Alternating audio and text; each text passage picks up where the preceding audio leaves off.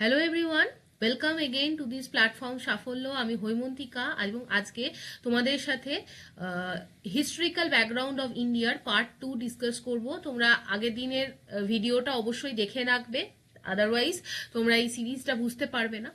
আজকে M.Laxmikanth থেকে আমরা যতদূর আগের ক্লাসে পড়েছিলাম তার নেক্সট পার্টটা শেষ করব এবং আজকেই এই হিস্ট্রিক্যাল ব্যাকগ্রাউন্ড অফ ইন্ডিয়ারকে আমরা আজকে কমপ্লিট করব। এটা তোমরা অবশ্যই একটা কমপ্লিট রিভিশন মডিউল হিসাবে ইউজ করো। তোমরা যখন ধরো বই পড়তে ভালো লাগছে না, just start the video again and again, watch every minute details that I have discussed with you in this video. তো that will help you immensely. এবং আমি অতটাই ইলাবোরেটলি অতটাই ডেপথে গিয়ে তোমাদের সাথে ডিসকাস করেছি। হোপফুলি এটা তোমাদের ভালো লাগবে। তাহলে চলো, এবং আমি বলবো যে টেলিগ্রাম গ্রুপটায় জয়েন করো এবং তোমরা আমার সাথে ফার্দার কানেক্টেড হয়েও। তো তাহলে আমার মনে হয় এই জার্নিটা তোমাদের কাছেও কিছুটা ইজিয়ার হবে একটা প্রপার গাইডেন্স থাকলে।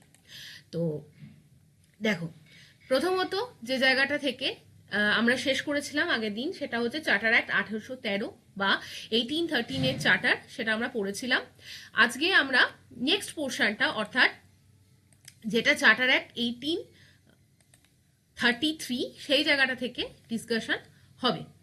তো 1833 প্রথমত যে জায়গাটা আমাদের ইম্পর্টেন্ট কোয়েশ্চেন্স আসে, যে এতদিন পর্যন্ত আমরা দেখলাম 1773-এর যেটা রেগুলেটিং অ্যাক্ট, সেখান দিয়ে কি করা হয়েছিল, সেটা দিয়ে কিন্তু করা হয়েছিল গভর্নর অফ বেঙ্গলকে গভর্নর জেনারেল অফ বেঙ্গলে ডেজিগনেট করা হয়েছিল। কিন্তু এই 1833-এর চার্টার অ্যাক্ট দিয়ে গভর্নর অফ বেঙ্গলকে for the first time governor general of ইন্ডিয়াতে কনভার্ট করা হয় এবং তাকে সিভিল মিলিটারি পাওয়ার দেওয়া হয়।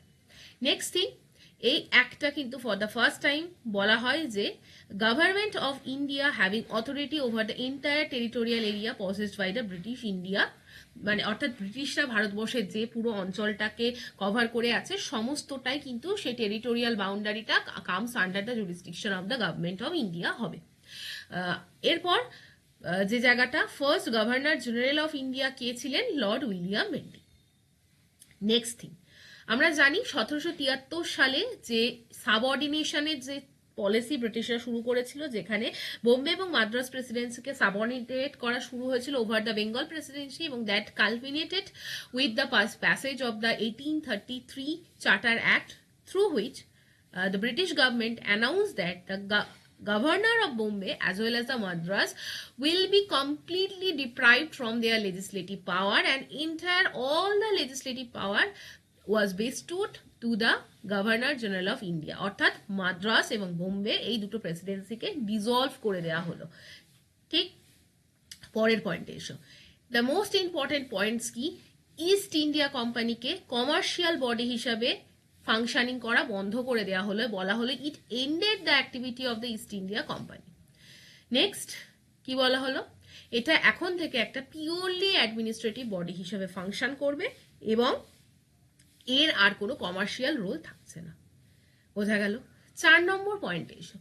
চার্টার অ্যাক্ট 1833, সেখানে কি বলা হলো? চার্টার অ্যাক্ট 1833 এর মাধ্যমে ইট অ্যাটেম্পটেড, দেখো ট্রাই করেছিল, to introduce a system of open competition for the selection of the civil servants and stated that Indian should not be debarred from holding any place, office or employment under the company. However, this provision was negated after oppositions from the court of directors. অর্থাৎ বলা হয়েছিল যে charter অ্যাক্টের ইনিশিয়ালে mention করা ছিল যে open competition হওয়ার কথা, but finally কিন্তু এই ক্লজটা এখানে অ্যাড হতে পারেনি because of the opposition raised by the court of directors. এই পর্যন্তই আমাদের ইম্পর্টেন্ট, যেখান থেকে আমাদের কোয়েশ্চেন্স আসতে পারে। The next very important charter, that is the charter act of 1853। দেখো, ইট ওয়াজ এ সিগনিফিকেন্ট কনস্টিটিউশনাল ল্যান্ডমার্ক। আমাদের প্রত্যেকটা ফিচার্স পড়তে হবে। ফার্স্ট ফিচার্স কি? দেখো, 1 নম্বর, it separated for the first time legislative and executive functions of the governor general's council. অর্থাৎ আমাদের যে গভর্নর জেনারেলের যে কাউন্সিল ছিল, তার একটা এক্সিকিউটিভ ফাংশন হয়, একটা লেজিসলেটিভ ফাংশন হয়। অর্থাৎ কিছু জায়গায় সেই বডিটা আইন প্রণয়ন করে এবং কিছু জায়গায় সেই বডিটা কিন্তু আইন যেটা প্রণয়ন হলো সেটাকে ইমপ্লিমেন্ট করে। তো এই ফাংশনটাকে দুটো ভাগে ভাগ করা হলো। এরপর এতদিন আমরা এক্সিকিউটিভ কাউন্সিল দেখছিলাম, ফর দ্য ফার্স্ট টাইম 6 মেম্বারের আর একটা ইন্ডিভিজুয়াল লেজিসলেটিভ কাউন্সিল তৈরি করা হলো, যেটাকে বলা হতো প্রায় মেম্বারদের বলা হতো লেজিসলেটিভ কাউন্সিলার্স, অর্থাৎ governor general from now will have both the executive council as well as the legislative council. In other words, এটাকেই বোঝানো হচ্ছে যে এটা একটা সেপারেট লেজিসলেটিভ অর্গান তৈরি করা হলো এবং সেটাকেই বলা হয় ইন্ডিয়ান সেন্ট্রাল লেজিসলেটিভ কাউন্সিল বা সেন্ট্রাল লেজিসলেটিভ কাউন্সিল হলো। এই লেজিসলেটিভ যে উইংটা তৈরি হলো গভর্নর জেনারেলের, সেটা কিন্তু ফাংশন করবে অ্যাজ এন মিনি পার্লামেন্ট, অর্থাৎ adopting the same procedure as the British parliament. ব্রিটেনে যে ব্রিটিশ পার্লামেন্ট থাকবে সে যেভাবে কাজ করবে, ইন্ডিয়াতেও এর একটা মানে মিমিক পোর্শন তৈরি করা হলো, মিনি পার্লামেন্ট হিসেবে যার নাম হলো। সে কি করবে, সে কিন্তু বাই ল মানে বাই ফ্যাক্ট সে কিন্তু লেজিসলেশন বা আইন প্রণয়ন করবে। বোঝা গেছে? নেক্সট ইম্পর্টেন্ট পয়েন্ট হচ্ছে আমরা যেটা আলটিমেটলি 1833-তে অ্যাটেম্পট নেওয়া হয়েছিল ওপেন কম্পিটিশন শুরু করার জন্য, সেটাকে কিন্তু সেই অ্যাটেম্পট না, সেটা ইন্ট্রোডিউসড হলো। কি ইন্ট্রোডিউসড হলো? Open competition. Open competition for the selection of the recruitments of the civil servants. Now, the covenanted civil service was thus thrown open to Indians. দেখো ইন্ডিয়ানসরাও কিন্তু এখানে পার্টিসিপেট করতে পারবে। Accordingly, Macleay Committee, the Committee on the Indian Civil Service, was adopted in 1854. কিভাবে তার regulations হবে, কিভাবে কি ইমপ্লিমেন্টেশন হবে, how Indians would be taken into the civil service, তো সেটার জন্য for that purpose a particular committee was created and named as the Macleay Committee. The third thing, it extended the company's rule and allowed it to retain the possessions of Indian territory, but did not specify any particular period. Not very important, just remember that for a temporary or indefinite period, they extended the company's rule. Fourth, it introduced for the first time local representation in the Indian Central Legislative Council. দেখো বলা হলো যে central legislative council 6 member তৈরি করা হলো, সেখানে local রিপ্রেজেন্টেশনকে allow করা হলো এবং 6 মেম্বারের যে বডি সেখানে বলা হলো যে 4 members were appointed by the local provinces. কি কি লোকাল প্রভিন্সেস? মাদ্রাস, বম্বে, বেঙ্গল এবং আগ্রা। আমরা যদি ইন্ডিয়ান ম্যাপ দেখি তাহলে আগ্রা, বেঙ্গল, বম্বে এবং মাদ্রাস এই 4টে প্রভিন্স থেকে 4 জন ইন্ডিভিজুয়ালস যাবে সেন্ট্রাল লেজিসলেটিভ কাউন্সিলে এবং আদার 2 জন ব্রিটিশদের থেকে আসবে এবং এইভাবে কিন্তু লোকাল রিপ্রেজেন্টেশনকেও অ্যালাউ করা হলো in the central legislative council. I think everything is clear. Now coming to the next very important thing, the era where so long the East India Company's rule was coming to the end and the direct administration of the British Parliament started taking place. So this is the thing. ইয়ার কত? 1858। দেখো প্রথমত এটাই দেখো, আমরা জানি যে আমাদের সিপাই mutiny হয়েছিল 1857, also known as the first war of independence. কে বলেছিল? ভীর সাভারকার, এবং যেটাকে আমরা সিপাই মিউটিনি বলি।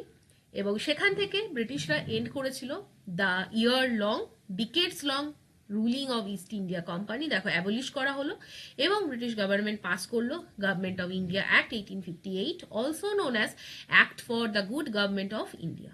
I think clear. এর মাধ্যমে কি হলো? 1 নম্বর ফার্স্ট পয়েন্ট, দেখো এর মাধ্যমে যেটা হলো, it changed the designation of the Governor General of India to the Viceroy of India. তাহলে ভাইসরয় অফ ইন্ডিয়া পোস্টটা ক্রিয়েট করা হলো এবং ভাইসরয়কে বলা হলো he was the direct representative of the British crown in India এবং লর্ড ক্যানিং ছিলেন ফার্স্ট ভাইসরয় অফ ইন্ডিয়া। 2 নম্বর, ইস্ট ইন্ডিয়া কোম্পানি যখন ছিল আমরা দেখলাম বিভিন্নভাবে ইস্ট ইন্ডিয়া কোম্পানির রুলিংকে 2টো ভাগে ভাগ করা হয়। বোর্ড অফ কন্ট্রোল ছিল, কোর্ট অফ ডিরেক্টরস ছিল। Court of directors were there for regulating the commercial affairs and the board of control was for regulating the political affairs. So when this kind of East India Company was abolished, there is no questions to remain the double government system, and therefore it also ended simultaneously the double government system. তাহলে double government system abolish করে দেওয়া হলো। On the contrary একটা নতুন office তৈরি করা হলো যেটাকে বলা হচ্ছে secretary of state for India. তাহলে secretary of state for India এই পোস্টটাকে ক্রিয়েট করা হলো এবং তাকে বলা হলো কমপ্লিট অথরিটি দেওয়া হলো এবং কন্ট্রোল করতে দেওয়া হলো ইন্ডিয়ান অ্যাডমিনিস্ট্রেশনকে। সেকেন্ড পয়েন্ট কি? একটা 15 মেম্বার কাউন্সিল অফ ইন্ডিয়া তৈরি করা হলো, খুব ইম্পর্টেন্ট। তার কাজ কি ছিল? Secretary of state K assist করা, ভাইসরয়কে অ্যাডভাইস করা, এবং একটা অ্যাডভাইসারি, এটা একটা পিওরলি একটা অ্যাডভাইসারি বডি তৈরি করা হলো। 5 নম্বর, it constituted secretary of state in the council as a body corporate capable of suing and being sued in India and in England. Not very important, just এই ওপরের 4টে point পর্যন্ত তোমাদের পড়তে হবে। এরপরে coming to the next, Indian council act 1861। 1861 এর Indian council অ্যাক্টে কি হয়েছিল দেখো। ফার্স্ট অফ অল, এটাও একটা কিন্তু landmark policy making of the British government, যেখানের মাধ্যমে ব্রিটিশরা কিন্তু অনুভব করছিল যেখানে ইন্ডিয়ানসদেরও আমাদের পলিসি অফ অ্যাডমিনিস্ট্রেশনে ইনক্লুড করতে হবে। With this perspective, Britishers added some clauses in the 1861 Indian Council Act, such as like, এবার দেখো, ল মেকিং প্রসেস এখানে কিন্তু ইন্ডিয়ানসের অ্যাসোসিয়েট করা হলো। দিস ইজ দ্য বিগিনিং, যেখানে রিপ্রেজেন্টেটিভ ইনস্টিটিউশন ইন্ডিয়ানসদের মাধ্যমে তৈরি করতে চাইছে। ভাইসরয়কে বলা হলো তুমি নমিনেট করবে some Indians as the non-official member in his expanded council, অর্থাৎ ভাইসরয়ের যে লেজিসলেটিভ বডিটা ছিল সেখানে ইন্ডিয়ানসদের ভাইসরয়রা নমিনেট করবে। একটা ইম্পর্টেন্ট ফ্যাক্টস তোমরা বুঝতে হয়তো ভুল করবে, আমি তোমাদের দেখিয়ে দিই। আমরা যখন এই স্লাইডটা পড়ছিলাম, দেখো এখানে বলা হয়েছে 4 নম্বর point, local representation. Local representation মানে এটা নয় যে এখানে কিন্তু ইন্ডিয়ানসদের আনা হচ্ছে, এখানে বলা হয়েছে যে লোকাল যে প্রভিন্সিয়াল গভর্নমেন্ট, মাদ্রাজ, বম্বে, বেঙ্গল এবং আগ্রা, এখান থেকে গভর্নর জেনারেলের কাউন্সিলের লোকজন কিন্তু সেন্ট্রাল লেভেলে গিয়ে প্রতিনিধিত্ব করবে, সেটা ব্রিটিশরাও হতে পারে। কিন্তু এই যে একটা, অর্থাৎ 1861 এর ইন্ডিয়ান কাউন্সিল অ্যাক্ট, এখানে কিন্তু বলা হলো বাই ডিফল্ট ইন্ডিয়ানসদের নমিনেট করতে হবে। সেখান থেকে ভাইসরয় কিন্তু 3 জন ইন্ডিয়ানকে নমিনেট করেছিলেন, তারা হলো রাজা অব বেনারস, মহারাজা অব পাতিয়ালা এবং স্যার দিনকর রাও। 2 নম্বর point, it initiated the process of decentralization by restoring the legislative power of the Bombay and the Madras presidency, অর্থাৎ বোম্বে এবং মাদ্রাস যে প্রেসিডেন্সি আছে সেখানে কিন্তু প্রসেস অফ ডিসেন্ট্রালাইজেশনকে ইনিশিয়েট করা হলো এবং বোম্বে এবং মাদ্রাস প্রেসিডেন্সিকে তার হারানো যে ক্ষমতা সেটাকে ফেরত দিয়ে দেওয়া হলো। অর্থাৎ দেখো, রেগুলেটিং অ্যাক্ট 1773 যেখানে তাদের থেকে ক্ষমতা ছিনিয়ে নেওয়া হয়েছিল এবং চার্টার অ্যাক্ট 1833 তাদেরকে কমপ্লিটলি ক্ষমতা থেকে অ্যাবান্ডন করে দিয়ে হয়েছিল, সেই পুরো জিনিসটা যে প্রভিন্সিয়াল অটোনমি সেটাকে কিন্তু ব্যাক করিয়ে দেওয়া হলো through this kind of act. এরপর আমরা এর আগে দেখলাম 1853 যে চার্টার অ্যাক্ট, সেখানে mini parliament or the central legislative council তৈরি করা হলো। কিন্তু এই 1861 এর এই ইন্ডিয়ান কাউন্সিল অ্যাক্টের মাধ্যমে কি করা হলো? প্রভিন্সিয়াল কাউন্সিল তৈরি করা হলো। কোথায় কোথায়? বেঙ্গল, নর্থ ওয়েস্টার্ন প্রভিন্স এবং পাঞ্জাবে 1872, 1886, 1897 এ প্রভিন্সিয়াল লেজিসলেটিভ কাউন্সিল তৈরি করা হলো। Next, it empowered the viceroy to make rules and orders for the more convenient transaction of the business in the council. তার মানে ভাইসরয়কে এম্পাওয়ার করা হলো এবং ভাইসরয়ের পোর্টফোলিও সিস্টেমকে রেকগনাইজ করা হলো। Under this, a member of the Viceroy Council was made in charge of one or more department of the government and was authorized to issue final order on behalf of the council on the matters of his department. So this is the thing. আর একটা কি? ভাইসরয়কে বলা হলো তুমি ordinance issue করতে পারবে। Ordinance মানে কি? যখন লেজিসলেটিভ কাউন্সিল কোনো কারণে বন্ধ থাকবে তখন for the momentary emergency period যদি ল তৈরি করতে হয় তাহলে ভাইসরয় সেই অর্ডিনেন্স ইস্যু করতে পারবে। চলে আসি নেক্সট থিং, সেটা হচ্ছে ইন্ডিয়ান কাউন্সিল অ্যাক্ট 1892। এখানে কি বলা হলো? ফার্স্ট অফ অল বলা হলো এখানে অ্যাডিশনাল নন অফিসিয়াল মেম্বারের সংখ্যা বাড়ানো হলো বোথ ইন দ্য সেন্ট্রাল এবং প্রভিন্সিয়াল লেজিসলেটিভ কাউন্সিলে। বাট আমরা অফিসিয়াল মেজরিটি অর্থাৎ ব্রিটিশদের নাম্বারই কিন্তু এখানে বেশি পরিমাণে থাকবে, এটা জানিয়ে দেওয়া হলো। 2 নম্বর পয়েন্ট কি, it increased the functioning of the legislative councils and gave them the power of discussing the budget and addressing questions to the executive। অর্থাৎ বলা হলো যে লেজিসলেটিভ কাউন্সিলের মেম্বাররা ডিসকাস করতে পারবে বাজেট নিয়ে, এক্সিকিউটিভকে কোয়েশ্চেন্স করতে পারবে, এই দুটো পাওয়ার তাদের বাড়িয়ে দেওয়া হলো। 3 নম্বর point, it provided the nomination of some non-official members of the Central Legislative Council by the Viceroy on the recommendation of the Provincial Legislative Council and the Bengal Chamber of Commerce। বলা হলো যে central legislative council, দুটো জিনিস, central legislative কাউন্সিলের nomination হবে নন official member. নন official member মানে এখানে বোঝায় ইন্ডিয়ানসদের। কে নমিনেট করবে? ভাইসরয় নমিনেট করবে। কাদের রেকমেন্ডেশনে আসবে নমিনেশনটা? মানে nominate on the recommendation of provincial legislative council এবং বেঙ্গল চেম্বার অফ কমার্সের মানুষরা কিছু ব্যক্তিকে পাঠাবে, রেকমেন্ড করবে, এবং সেই রেকমেন্ডেশনের মাধ্যমে সেই রেকমেন্ডেড লিস্ট থেকে ভাইসরয় একজনকে নমিনেট করবে in the central legislative council. এবং আরেকটা কি বলা হলো, এবং প্রভিন্সিয়াল লেজিসলেটিভ কাউন্সিলগুলোতেও নন অফিসিয়াল মেম্বারদের নমিনেশন করা হবে। কার দ্বারা? গভর্নর্সদের দ্বারা, সেই প্রভিন্সে যে গভর্নর্স থাকবে। এবং সেই রেকমেন্ডেশন নামগুলো, রেকমেন্ডেশন কোথা থেকে আসবে? District board, municipality, university, trade association এবং জমিদারদের মাধ্যমে। সো এটা হচ্ছে পুরো জিনিসটা গেল। এরপর তার মানে আমরা দেখলাম এখানে কিন্তু নমিনেশনের একটা কনসেপ্ট এলো, এবং এই নমিনেশনটাকে আমরা অনেক সময় ভাবি এটা ইলেকশনেরই একটা মূর্ত রূপ। হাউএভার বলা হচ্ছে এই ইলেকশন টার্মিনোলজিটা কিন্তু এই অ্যাক্টে কোথাও ইউজ করা হয়নি।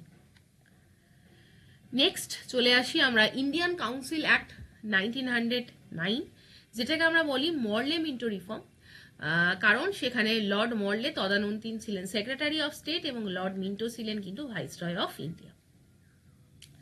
1909-এর যে এই যে মর্লে মিন্টো রিফর্ম, তার ইম্পর্টেন্ট কিছু ফিচার্স ছিল, যেখানে লেজিসলেটিভ কাউন্সিলের সদস্য সংখ্যা বাড়ানো হয়েছিল, সেন্ট্রাল লেজিসলেটিভেরও, প্রভিন্সিয়াল লেজিসলেটিভেরও।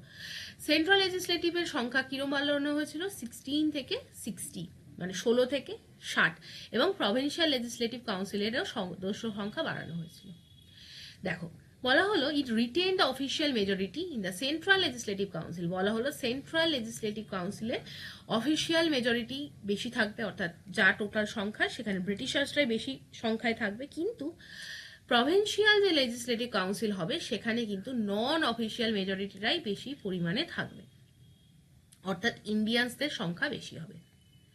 3 নম্বর পয়েন্ট বলা হয়েছিল যে it enlarge the deliberative functions of the legislative council at the both level. বলা হয়েছিল এরা সাপ্লিমেন্টারি কোয়েশ্চেন্স করতে পারবে, অর্থাৎ এক্সিকিউটিভ যে রিপ্লাই দেবে সেটার উপর কোয়েশ্চেন্স করতে পারবে, রেজলিউশন আনতে পারবে বাজেটের ওপর, etcetera. Not very important. 4 number, for the first time দেখো এবার এক্সিকিউটিভ কাউন্সিল অফ দ্য ভাইসরয়ও কিন্তু ইন্ডিয়ানসের নেওয়া হচ্ছিল। টিল নাও লেজিসলেটিভ কাউন্সিল পর্যন্ত ভাইসরয়দের নেওয়া হচ্ছিল, কিন্তু এখন ভাইসরয়ের এক্সিকিউটিভ কাউন্সিলে ইন্ডিয়ানসের যুক্ত করা হলো, এবং সত্যেন্দ্র প্রসাদ সিনহা ছিলেন প্রথম Indian to join the viceroy's executive council, এবং তিনি ভাইসরয়ের কাউন্সিলে ল মেম্বার হিসাবে যোগদান করেন। 5 নম্বর পয়েন্ট, এই 1909-এর অ্যাক্ট দিয়ে আমরা কমিউনাল রিপ্রেজেন্টেশন, যেটাকে আমরা বলি separate electorate concept for the Muslims, introduce করা হয়েছিল, এবং লর্ড মিন্টোকে বলা হয় দেখো father of communal electorate, very important. আচ্ছা চলে আসছি আমরা নেক্সট জায়গাটাতে, সেটা হচ্ছে, এক মিনিট বলুন।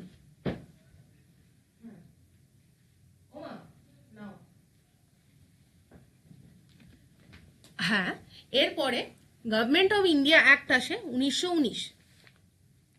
সেখানে দেখো বলা হয় এই যে গভর্নমেন্ট অফ ইন্ডিয়া অ্যাক্ট 1919 আসার আগে 1917 সাল আগস্ট 20, এই টাইম পিরিয়ডটা খুব ইম্পর্টেন্ট, যে ব্রিটিশ গভর্নমেন্ট ডিক্লেয়ার করেছিলেন দ্য ফার্স্ট টাইম যে gradual introduction for the responsible government in India, অর্থাৎ ভারতবর্ষে আমরা আস্তে আস্তে gradual introduction of the responsible government আনবো। সেটার উপর ভিত্তি করে 1919 সালে গভর্নমেন্ট অফ ইন্ডিয়া অ্যাক্ট আসে, যেটাকে আমরা বলি মন্টেগু চেমসফোর্ড রিফর্ম অ্যাক্ট।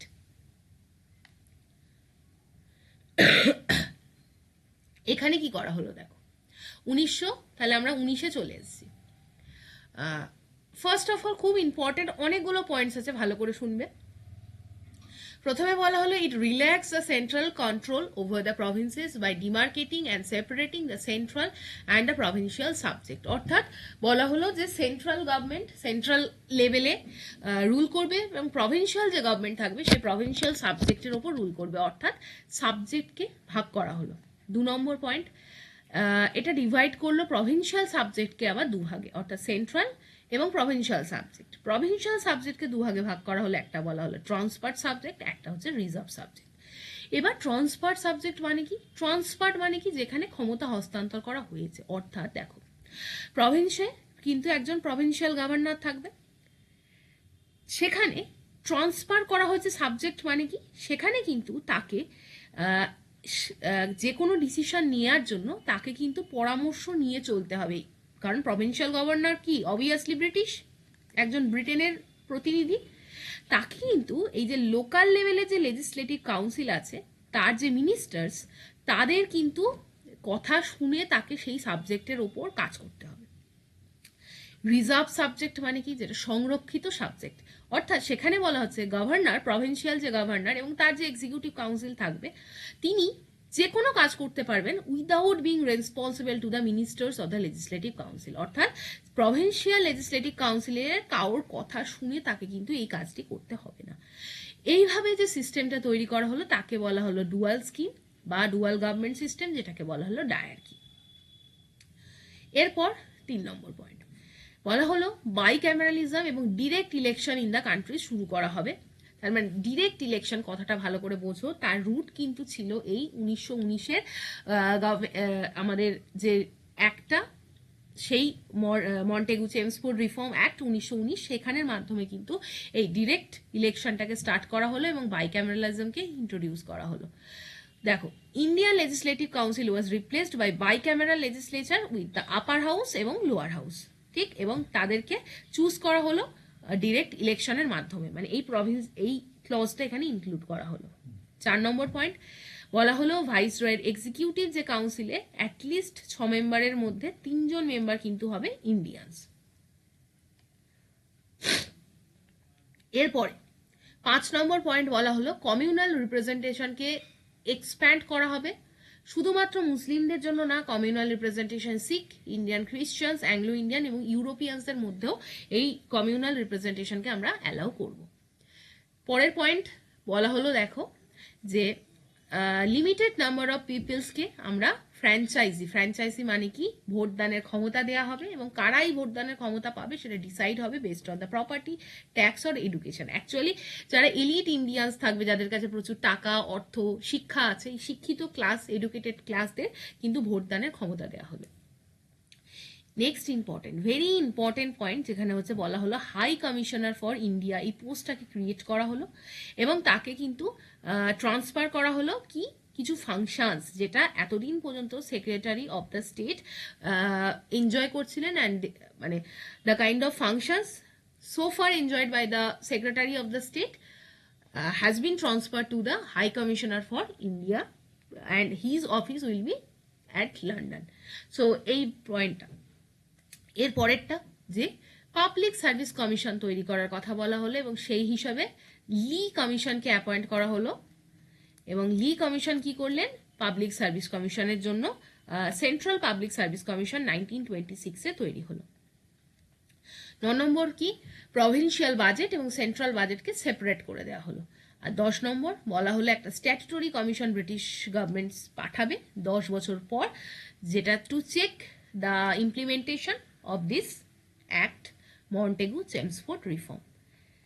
দেখো আমাদের 1919-এই একটা আসে, 10 বছর পর মানে 1929 সাল আসে, কিন্তু ঠিক তার 2 বছর আগে দেখো 2 years before the schedule 1927 November মাসে ব্রিটিশ গভর্নমেন্ট অ্যানাউন্স করলো আমরা একটা 7 মেম্বার কমিটি পাঠাবো এবং সেটাকে হেড করবেন স্যার জন সাইমন এবং এই কমিশন সাইমন কমিশন নামে পরিচিত হয়।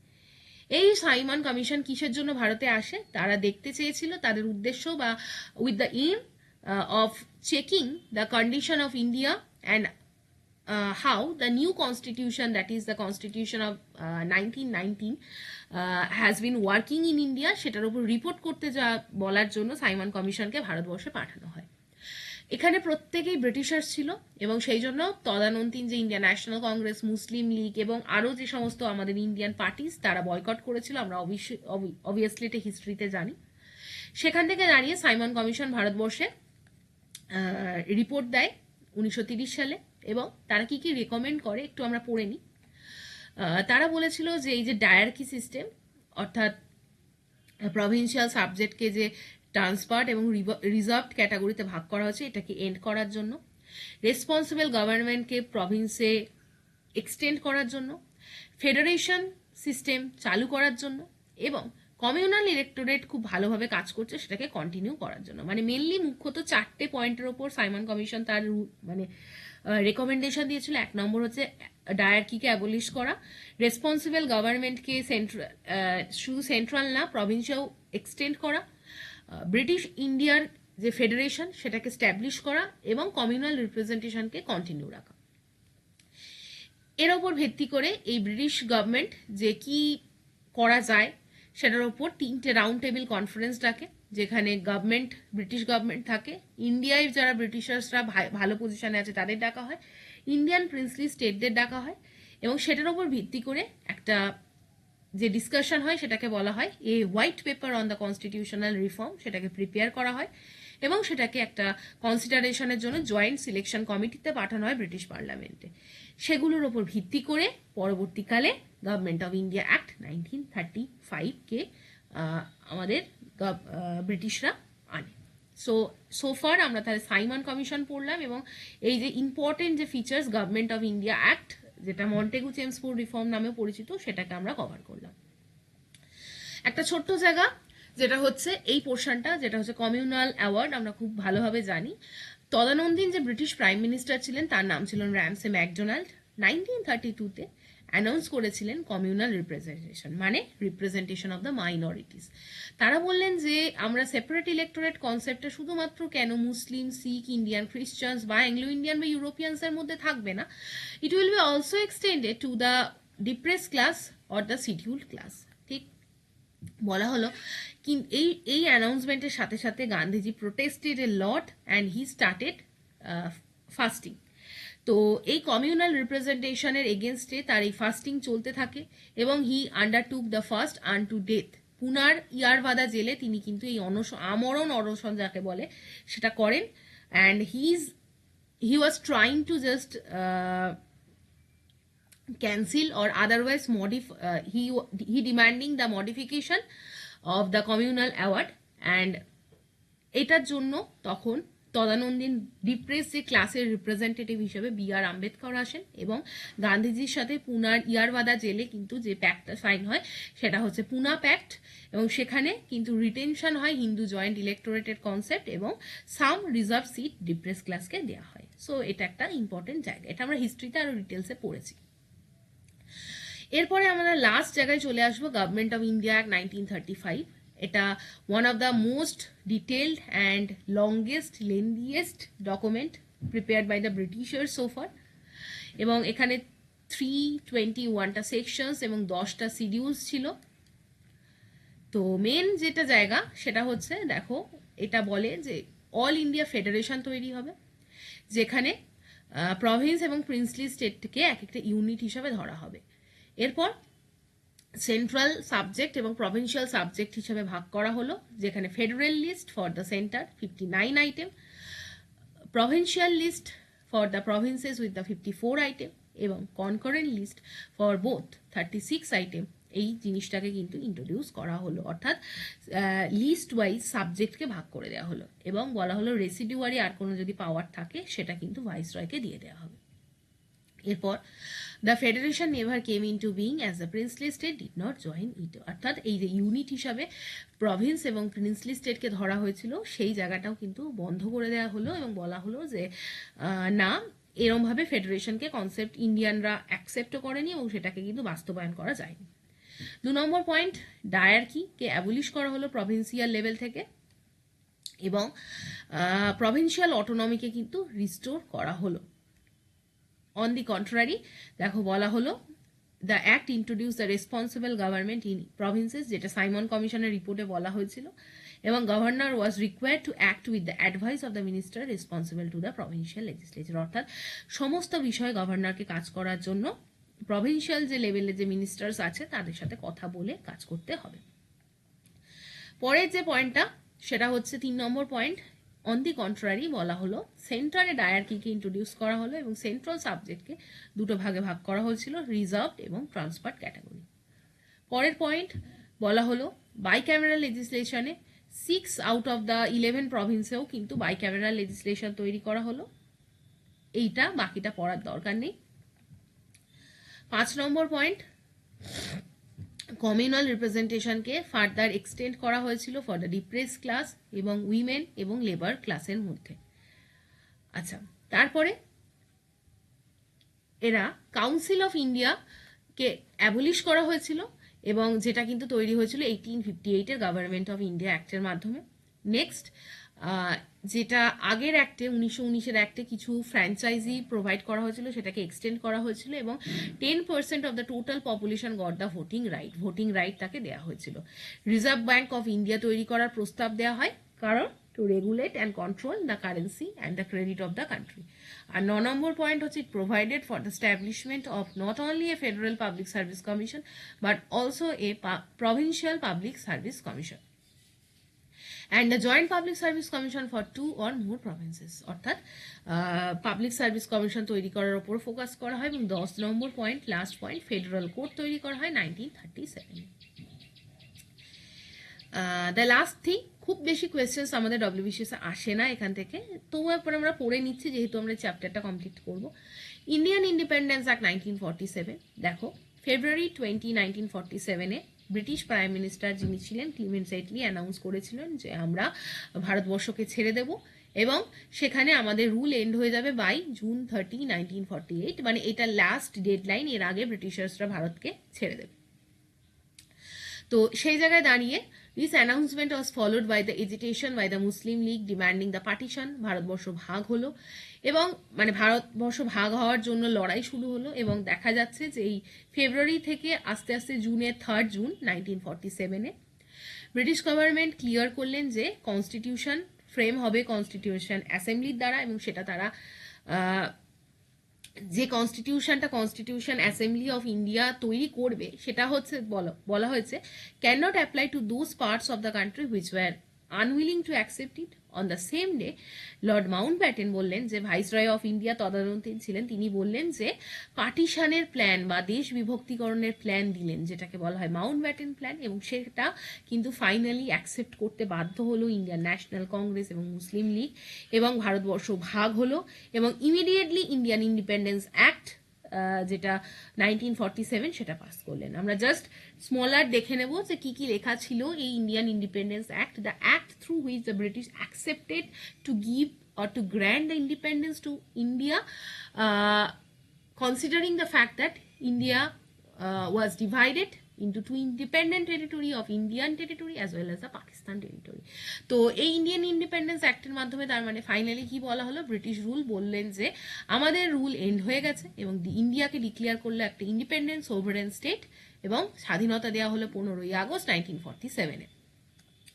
টোটাল ইন্ডিয়ার পার্টিশন হলো, দুটো নতুন সোভারেন ইন্ডিপেন্ডেন্ট ডমিনিয়ন তৈরি হলো, একটা হলো ইন্ডিয়া, একটা হলো পাকিস্তান, এবং বলা হলো এটা তোমাদের রাইট দুটো কান্ট্রি যে তোমরা চাইলে ব্রিটিশ কমনওয়েলথকে সিসিট করে যেতে পারো, তোমরা বেরিয়েও যেতে পারো। 3 নম্বর পয়েন্ট বলা হলো অ্যাবলিশ করা হলো ভাইসরয়ের অফিস এবং provided for the dominion a governor general who was to be appointed by the British king on the advice of the Dominion cabinet. His majesty's government in the Britain was to have no responsibility with respect to the British to the government of India or the Pakistan। মানে বলা হলো যে ভাইসরয়ের পোস্টকে abolish করা হলো এবং on the contrary একজন governor general থাকবেন যা কিন্তু সেরকমভাবে কোনো পাওয়ার বা রেসপন্সিবিলিটি থাকবে না। এরপরে 4 নম্বর পয়েন্ট কি বলা হলো, কনস্টিটিউয়েন্ট অ্যাসেম্বলিকে দুটো যে রাষ্ট্র তৈরি হলো তাদেরকে এম্পাওয়ার করা হলো যে তোমরা তোমাদের অ্যাকর্ডিংলি যে কোনো ধরনের কনস্টিটিউশন তৈরি করতে পারো, অ্যাডপ্ট করতে পারো এবং ইমপ্লিমেন্ট করতে পারো, এবং সোফার ব্রিটিশ পার্লামেন্টের কোনো রকম যে পলিসি সেগুলো আর তোমাদের জন্য অ্যাপ্লিকেবল হবে না, মানে জাস্ট ক্ষমতা ট্রান্সফার হচ্ছে।